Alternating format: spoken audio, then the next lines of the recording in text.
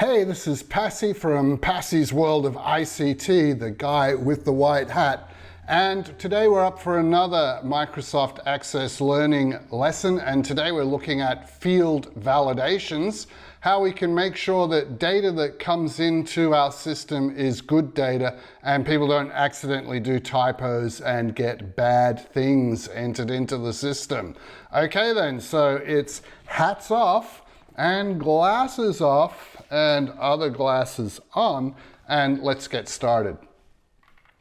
All right, so in this lesson, what we're looking at is that field validation. That involves checking values so that users put reasonable values into the database and none of the fields are left blank or empty either. So we don't want someone, for example, to put $0 in for a price because what's the point of selling it? You might as well give it away for free. Now, Access allows us to set up these validation rules, and this helps us to make sure that only good data is entered into the system. We want it to be good, and we don't have empty fields that are left blank. Okay, because this is the sort of situation which can happen. So imagine a form like this where someone leaves the item code off. They've got a ridiculous price there. I don't know, it looks like the US national debt or something, trillions of dollars, $45 trillion or whatever it is. They've got a future date there that's in 2020. Well, let's hope the bargain barn business is successful and lasts that long. And they've left out a whole bunch of other fields. You can see the email address is totally messed up as well. It hasn't got an @ sign in it. It hasn't got dot something on the end.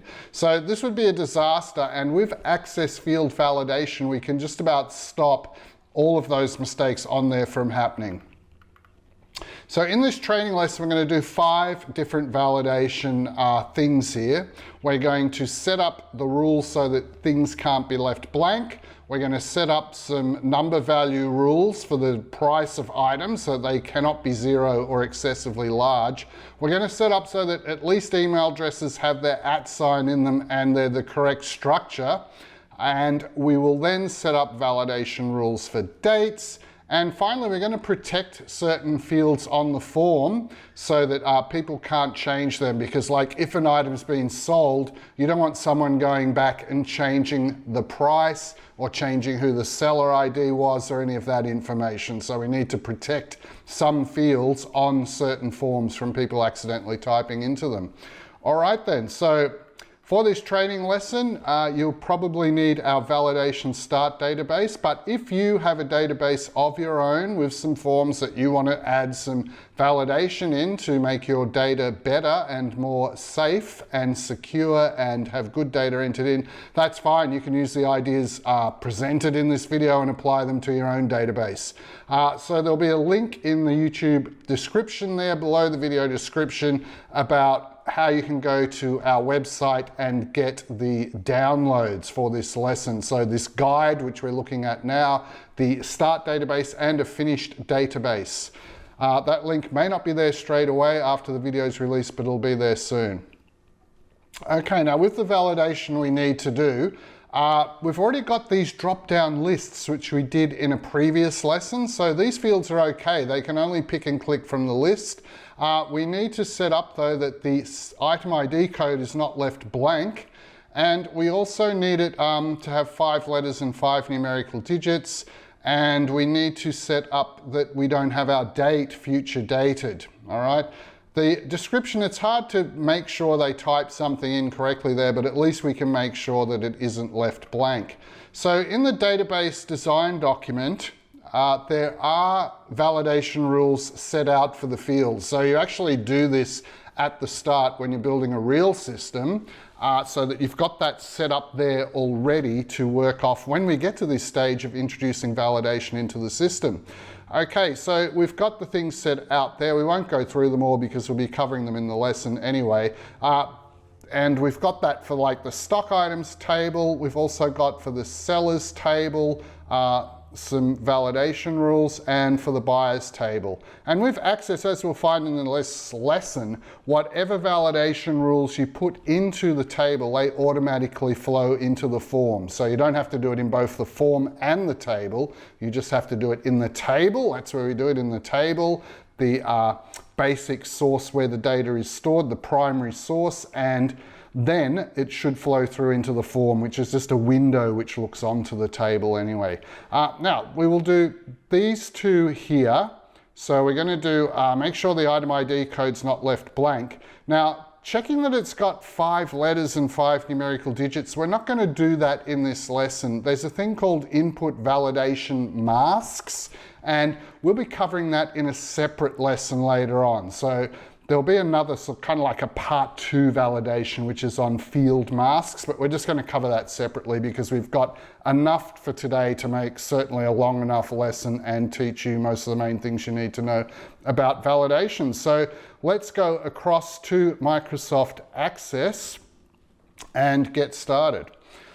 Okay, so we have our start database here, and we're going to be looking at the stock items table. So it's got the data in there from previous lessons, and we're going up the top left-hand corner here and going into design view.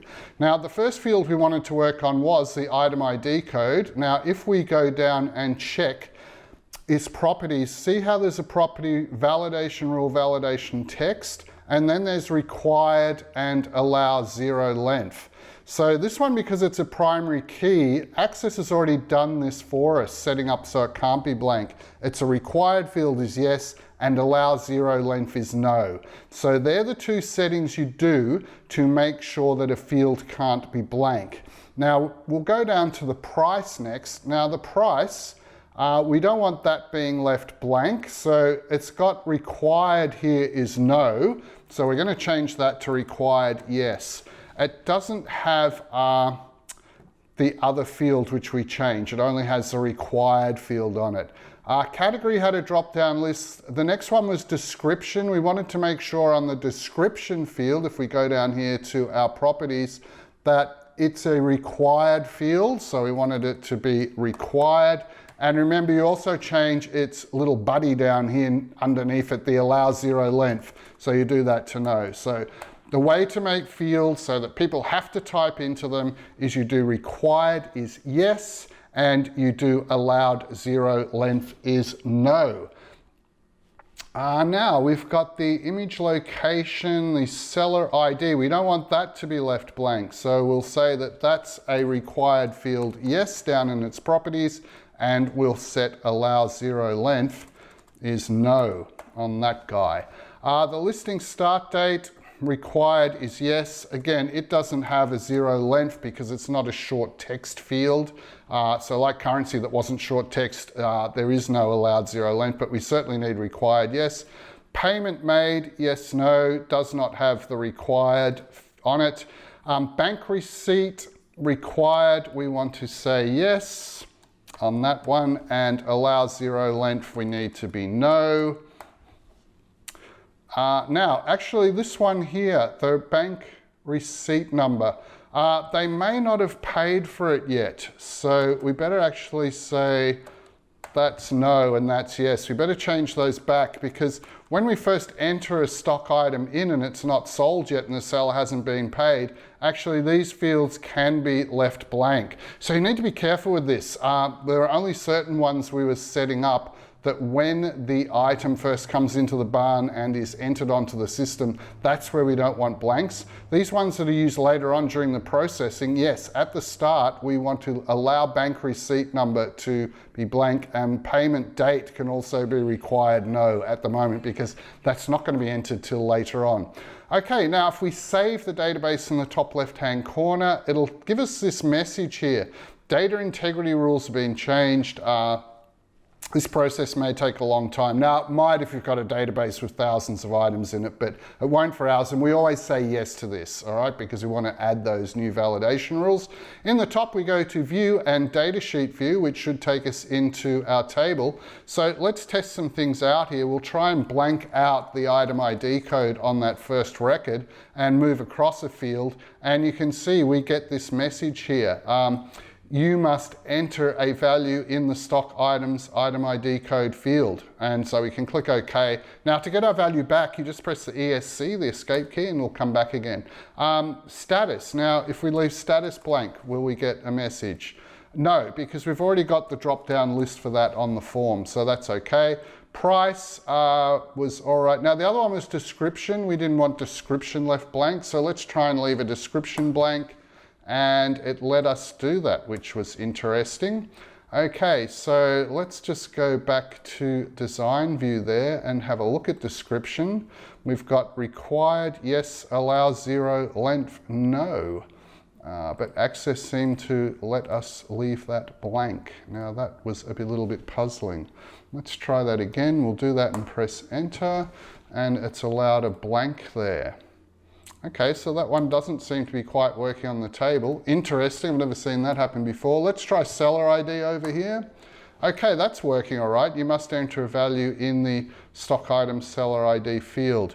Okay, and press the escape key to bring it back. This description one is a long text, so perhaps this little setting that you use, required yes, allow 0, length no, doesn't work on those long text fields. All right, we'll close the table, sorry, and the next thing you do is you always test your form to see how that goes. So we'll load up the stock items form here from the start database, and let's try and leave that phone blank and see what happens. Okay, it gives us the error message, that's good. Press escape to bring it back. Let's try leave the description blank here in this long text field.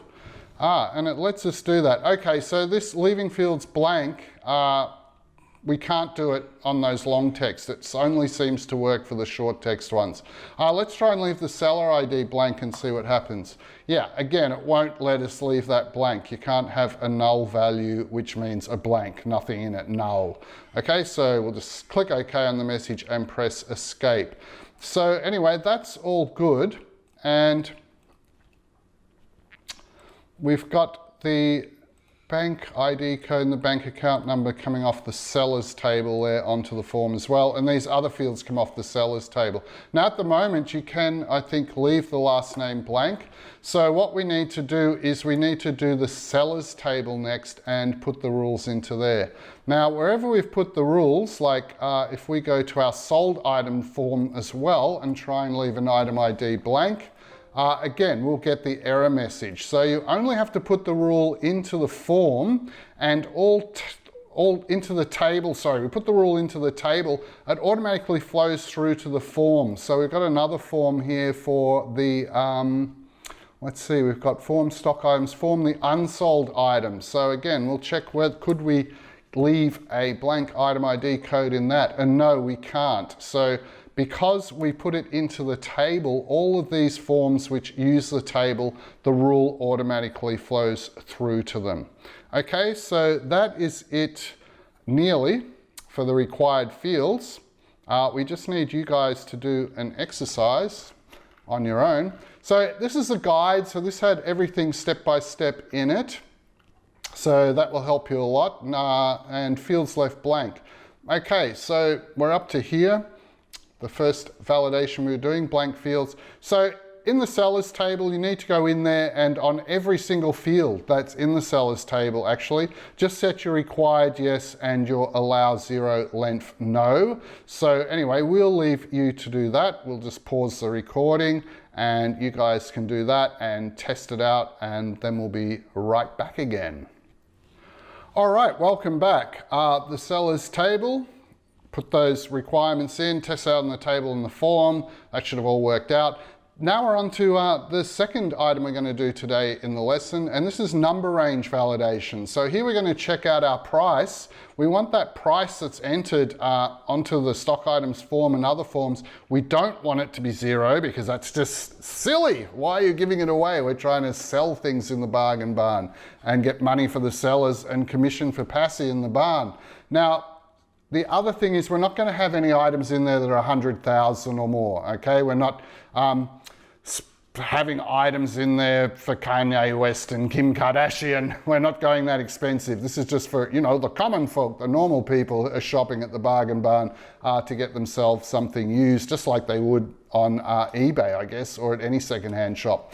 All right, so everything has to be less than 100,000. So we're going to put a rule onto the price and we put it into the table. Now it needs to be coded as greater than, so we use this little symbol here, which on the keyboard, that's, you have to go shift and above your dot button, your full stop period button, that should be there. And the one that goes to the left, when the arrowhead goes to the left, remember left is less than. So we want less than $100,000. So we actually have to use some maths symbols here. Programmers would be familiar with these already. You should be familiar with them if you've done some mathematics or can remember that far back when you did. So the symbols are that we use in Access, going to the right, arrowhead is greater than. Going to the left is kind of like in the negative direction on the number line if you like, but just remember left is less, left less, they kind of sound the same. And if you use them together, that means not equal to. Okay, now we should be able to copy this straight from the guide. So we'll just go Control C. So if you bought the guide, that can save you some typing. And we, of course, are going to go into the stock items table to do this and into design view onto our price field. Now, down in the properties here, there's a thing for validation rule, and that's a box we're filling out. So we're just going to Control V, paste into there. So our rule is that it's greater than 0 and less than $100,000. And that's all we need to do. We'll just save the table, yes, to the data integrity message, and go to datasheet view. And what we'll try and do is, let's give away this first item for free. Let's try and make it $0. And you can see this message pops up. Now, it's not a great message because it's really long. It says, one or more values are prohibited by the validation rule, blah, blah, set for the stock items dot price, enter a value, that the expression. All right, so this is auto-generated by Access, and it's kind of long and awkward and got techie speak in it. We can put a customized message into that box, okay? So let's just click OK on that message, press the ESC escape key to change the price back, and go back into design view. Where we put that validation rule in, straight underneath it is another field, validation text, which we should fill out with a more meaningful message. Now, I'm going to kind of cheat here. I've already got the messages typed in to save some typing, but we're going to say price must be greater than 0 and must be less than $100,000. Please re-enter the price. So if I just Control C on that, and you can find that in the guide if you've got our guide for this lesson, and you can copy and paste from the guide. So we're just going to put that message in like that. And we're going to go back to datasheet view, save the table first, yes. And in datasheet view now, if we try and drop that down to $0, we get this much nicer message, our own customized message. Price must be greater than 0 and less than, please re-enter the price. Now, this last bit here, it'd be kind of nice if that went underneath as a next line sentence. And we can do that in Access. So I'll just press escape to change that price back. Flip over to design view. In this box down here where the validation text is, in previous lessons we've used the zoom box. And you get to that by going Shift F2, or if you're on a laptop, you might have to go Function Shift F2, which opens up the zoom box. Now, on the zoom box, we've got the message here. If you want to force that one to be on the next line, just get your cursor, click in front of the P, and then press Shift and your Enter key. So hold down Shift with the left finger and press the Enter key, and that should make it go onto a new line. Okay, maybe we have to do it in here. Okay, so if we do it in the actual validation text field, I think, and then if we go Function Shift F2, then we'll see that it is actually on a new line. Okay, so I kind of did that back to front. All right, so what we had to do was, it was a really long message, and we split it across 2 lines so that now you only see the first line, but if you arrow down, you'll see the second line, okay? If you want to see the whole thing together, you can just do your Shift F2 to open up the zoom box, and that will show you the whole thing together there, the whole message, all right? So that's how we can kind of split it. Let's just go to datasheet view and check out that that worked. So this time, let's widen that price column. And let's say the Kardashians were coming to buy something. That's probably about how much money they spend. Okay, that's working. Price must be greater than, less than. And see how the other one part of the message, the second half, is on the next line. Okay, so that worked. So let's press escape to change that back. And I think that's all we need to do to have the validation rule made. So let's save and close the table. And remember, once it's done in the table, it should have flowed through to the form. So if we go to our stock items form and we try and put in $0 for a price, you can see we get that message, and we're getting our own customized message that we wrote in the table. So that's all good. Press the ESC key to change that. All right, so, and we'll just flick to the next record down here with the navigator down the bottom left-hand corner. Now our records aren't changing picture there, and that was interesting.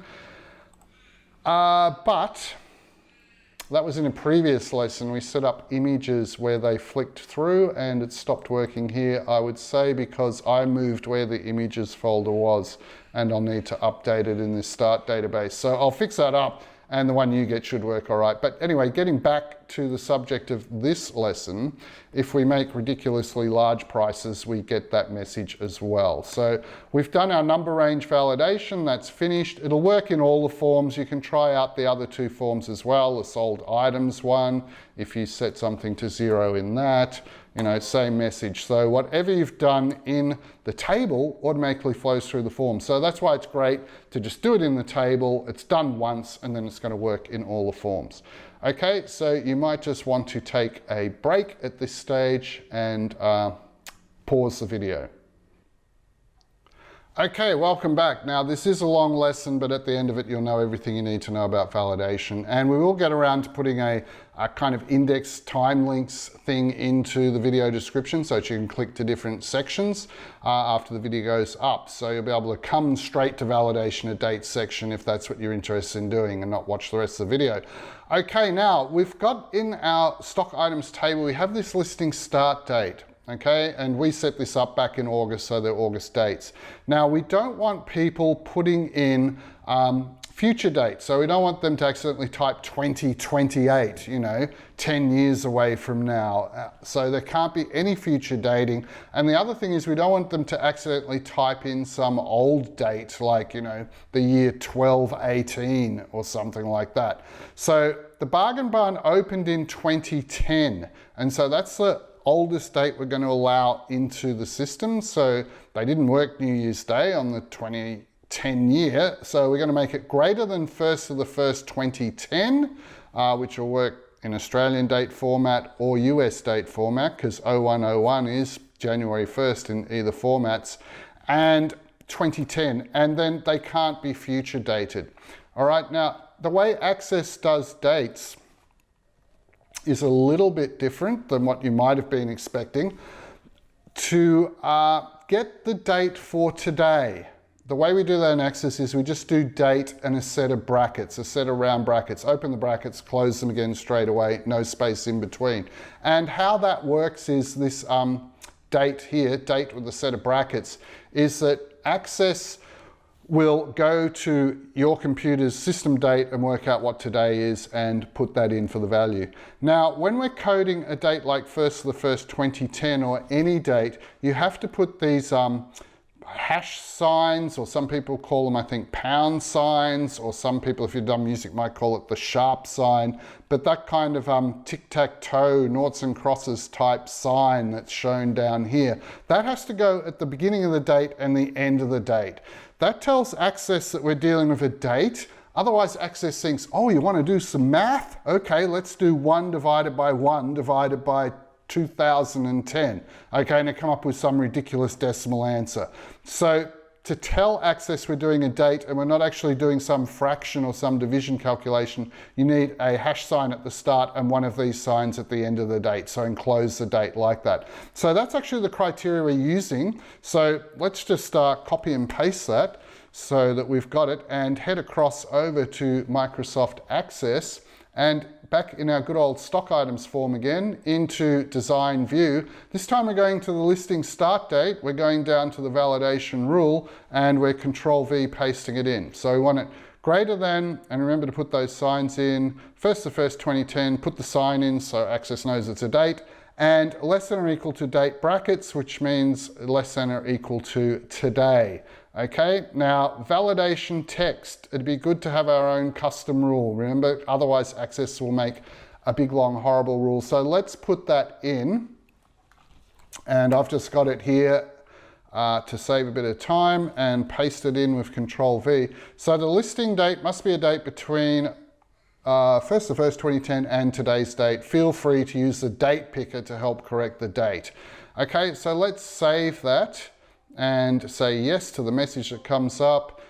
Existing data violates the new setting. Well, I don't know that it does. I think all our dates fit into that range okay, but we'll just say yes, and we'll go across to datasheet view, and let's go look at a date.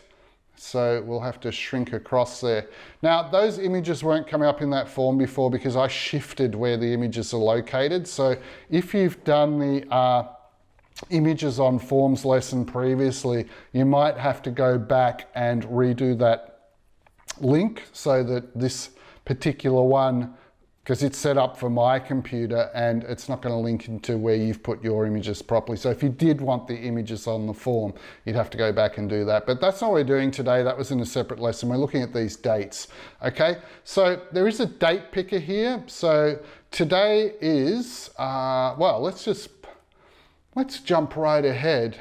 Hello, it's Christmas Day already, and press enter.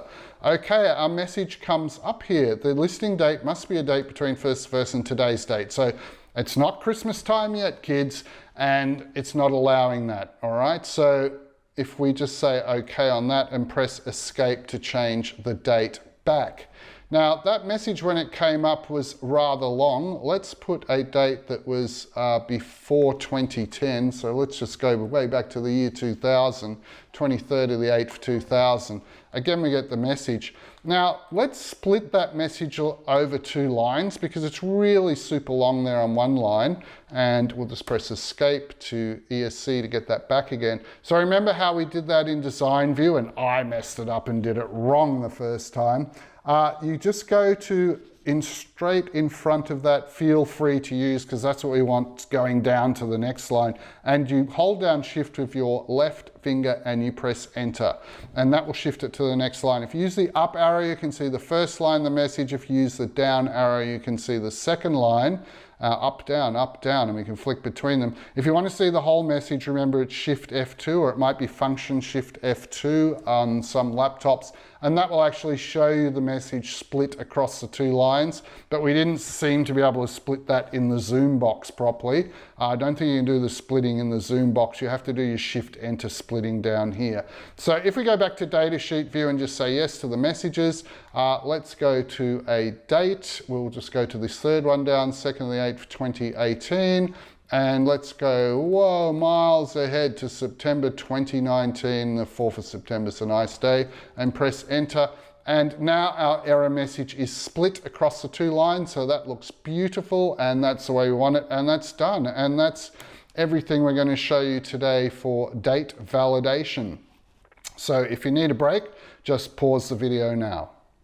Okay, we're up to item 4, email addresses. So we've just got this one to go and then field protection and we're done. Now in the sellers table, we have email addresses of people. And if someone spells Gmail wrong as Gamel instead of Gmail, look, we're not going to be able to detect that and fix that up. I mean, in a really sophisticated system, you would try and send an email to that address and have them confirm their email to join up as a member. But we're not that sophisticated with our early learning process here, nor do we need to be. But we're not going to be able to pick that up, but we will be able to pick up that at least we have some letters here, then we've got an @ sign, then we've got something else, then we've got a dot, and then we've got something on the end.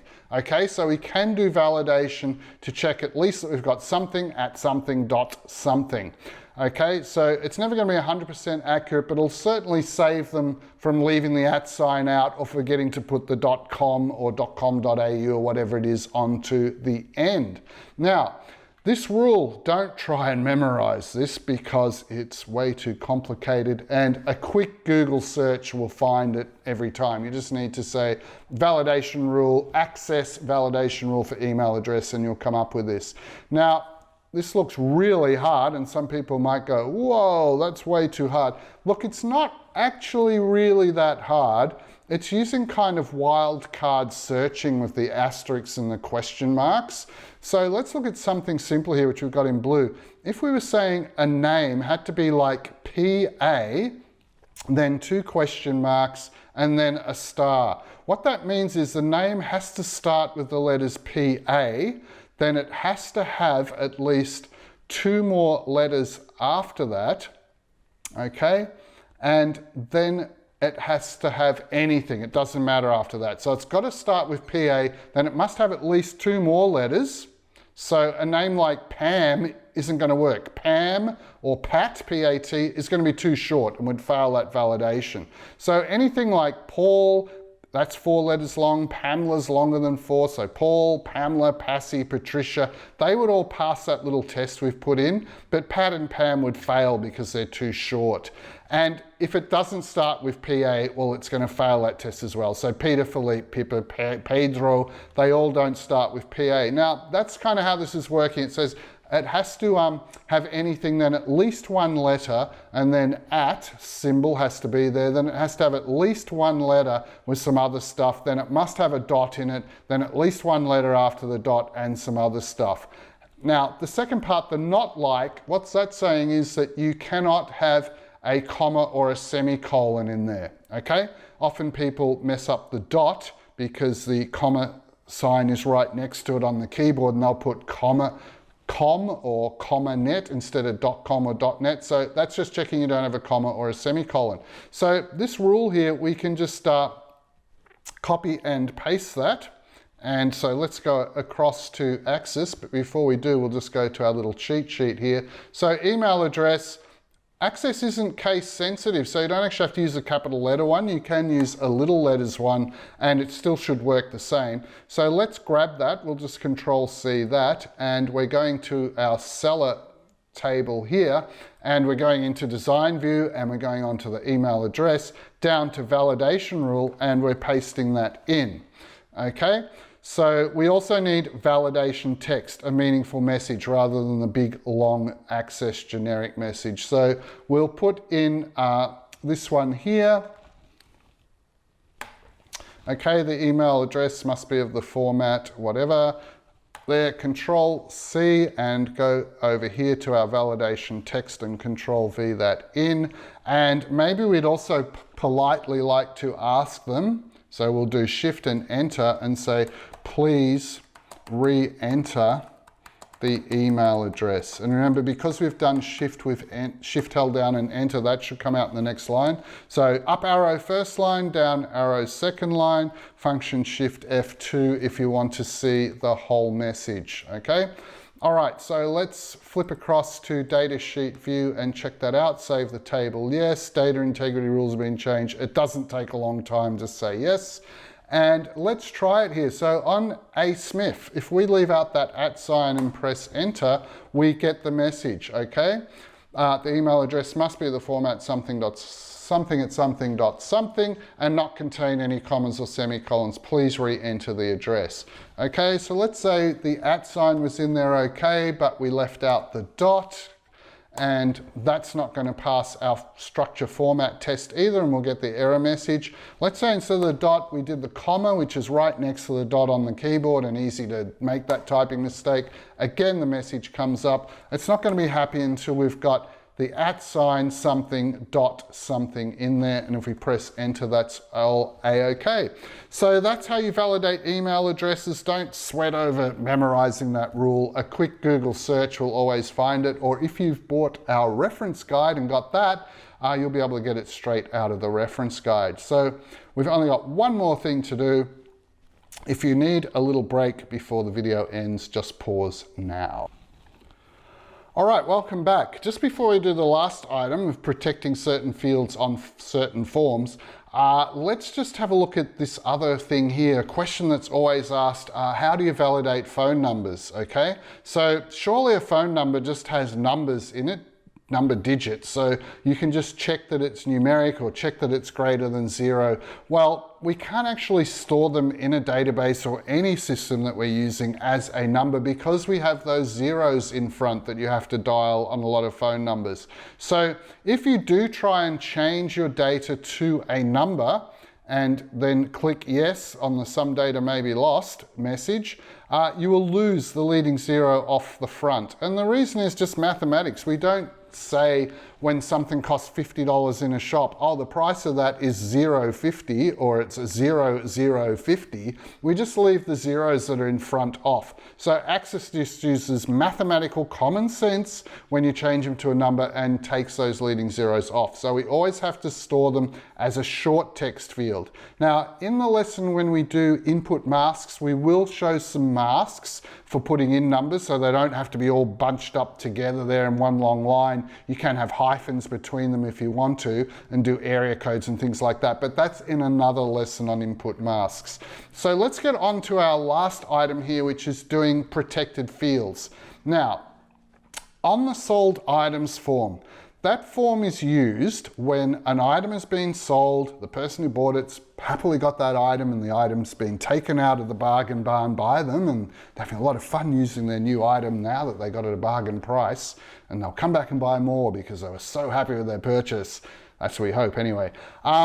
Now, when it has gone out of the bargain barn, it's marked as sold, but we need to pay the seller. Remember, the bargain barn keeps 20% of that original price, the $280, and they keep 20% of that, and the person who put it in there to sell gets 80%. And we've got calculations in the query to do that from when you did our queries lesson that calculates the commission and the balance.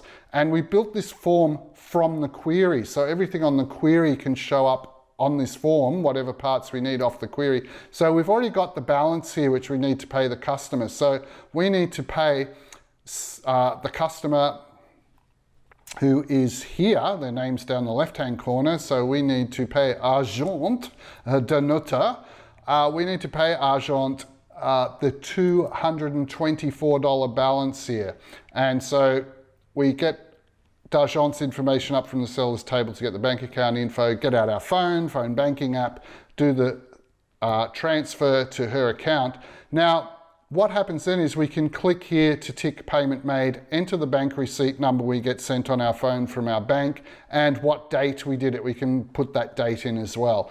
Now, we only want to change those 3 fields, and then we set this after we've done that to out of stock with the drop-down list, which you would have seen in a previous lesson. Now, these other fields, we don't want people changing them. The item's already sold and it's left the bargain barn.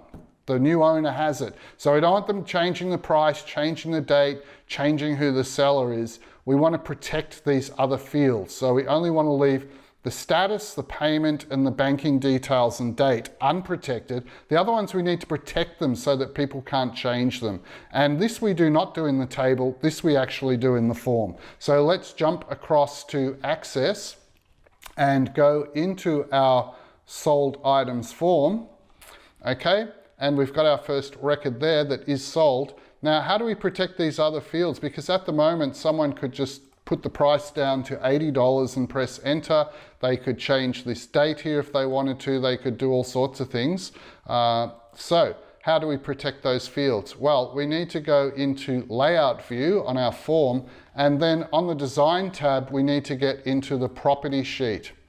All right, well, let's click into the item ID code. We'll protect that field first. Now, the things you have to change, there's a lot of things here in this property sheet. For a start, we're not on the Format tab, we're on the Data tab. So because we're clicked in the item ID box over there, it says we're in the item ID code, that's good. Click over to the Data tab. Now, in the Data tab here, what we need to set for field protection is we need to set enabled here to no, so that field is not enabled. And you might think that that would do the trick, but we also need to lock it up as well. So we do enabled, no, it's not enabled, and it's all locked up, yes. So these last 2 ones in the Data tab are the ones we always change. Enabled, no, locked, yes. If we go back now over to the left-hand side and go to Form View, what should happen now is that we can't even click in there to change anything. We can change this to out of stock once we've done the payment. We can go in here and put bank numbers, receipt numbers in and whatnot, but we cannot click and go and change in there. Okay, so all of the other fields, apart from this one, the sold, and apart from the payment information down there, they all need to be protected. Now, let's go back to layout view to do that. And you might be thinking, oh, great, Passy. Now I've got to go down and I've got to go to the description field and I've got to get on the data tab and I've got to do enabled and locked, and then I've got to do this one and do enabled and locked, and this one and this one and this one. Well, there is a shortcut. We can do fields that are the same type of field on the form. We can do them all at once. So what we do is, if you hold down your control key, we can click onto the price. The date is something we want to do. So all these ones where we want to protect it so that people can't change it, okay, especially the balance, which needs to be paid to the seller, just hold down your control key and carefully click on them, and they should all have gone orange. And we can change them all at once. So over on the property sheet, we just make sure we're on the data tab and we change enabled. And there's a little arrow over here too, which helps you if you don't want to type. You can just go no, it's using a drop down list. And the locked, use a little arrow here if you like, change that to yes. So enabled no, locked yes. So they should all be locked up and not usable. So let's go back on the top left-hand corner into form view and try that out. So if we try and click in any of these fields now, you cannot get into them and you cannot make any changes. You can only change your item here to out of stock, and you can click that and you can put in information and you can put in a date and you know, get that item paid to the seller. All right, especially you can't go messing around with the balance. So that's how we do field protection. So that's all done. So we can save our field and that's all good. And where are we up to in our lesson? I think we might be nearly finished. So there's detailed instructions on how to do that. Oh, if you're not sure of the different views, you know, we're flicking between those all the time. If you've done our other lessons, you're probably used to them now. Make sure you're on the home tab, go to the view, and the top left-hand corner has them. There are also ones down the bottom right-hand corner in Access. I haven't been showing them to you because that's where I'm sitting and you can't see them, but down the very bottom right-hand corner of your screen, there are 3 when you're in a form. The first one's the form view where you enter the data, then layout view, the one we use most of the time, and design view that has the grid and does some advanced features. Okay, so we've protected fields, that's all done and good. And so we have all those fields circled there in the pink. They're all now selected, so that's a great form that we can use. We're now ready to save the database. So let's go across to Access and do that. So we go File in the top left-hand corner, the word File, and we do Save As. Make sure it's an Access database type. And Save As navigates somewhere on our system to save it. So we'll just put it where we're doing our Access database work, and we'll call that Field Validation Done. Okay, and just click on Enabled Content. Now, you may have noticed there that this was Access 2016 as we've been doing this tutorial, all right? We were hoping to get 2019. It was supposed to be released on the 1st of October, and we had this time slot to record the videos first week of October and thought, beautiful, we will get Access 29 on the 1st, then do the videos. Microsoft hasn't done the general release. Only big corporate customers or someone's got it at the moment. We can't download and buy it in Australia, but from what we've seen on the internet, Access between 2016 and 2019, there don't seem to be any changes for what we're doing here with validation. I think there are changes for doing some charts and graphs, and sometime way further down the track, well, maybe a couple of months from now, couple of months, we'll investigate that and try and do a video tutorial on that, what the changes are. If there were dramatic changes and what we've shown you in this tutorial doesn't work, we'll put an annotation certainly onto the video and in the description to tell about that. So a couple of assignments for you now that you are a validation person that knows how to do things. There's a buyer's form in the start database that you have from our resources, and you can do some things in there. Set all those fields as required and make sure that email address has proper validation on it.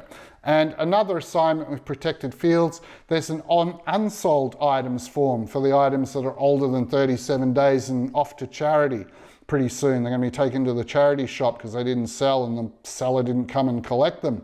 That one needs some protection, okay? So that you can do the protection on the form to practice there. Where are we going to next?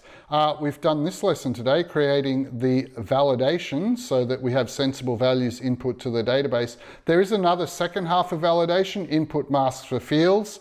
That video will be coming up, but possibly not in the near future. It might be a couple of weeks away till we have that one up. And you can see colored in red are all the other ones you've done if you've been following our learning course. So you know quite a bit about Microsoft Access now. And we are going to also do the reports at some stage. That'll be another lesson. And then how to make a big switchboard navigation menu, the control center of the database, how to build that. After that, actually, we have some more lessons planned. We'd like to put some buttons on forms and be able to search for things on forms, go back and look at subforms and do some work in subforms. We'd also like to do something with the images on forms so that you can actually pick and click an image to go onto a form. But all of these things are in the future, so make sure you subscribe to our YouTube channel. We're trying to put out new videos all the time, and that way you'll stay up to date if you are subscribed to the channel. So thank you very much for watching today. Remember, there is a link in the short description, the YouTube video description, to go get the resources for this lesson. We hope you enjoyed the lesson, and that's taught you how to do some basic validation. And we'll see you in the next lesson, and until then, enjoy your Microsoft Access.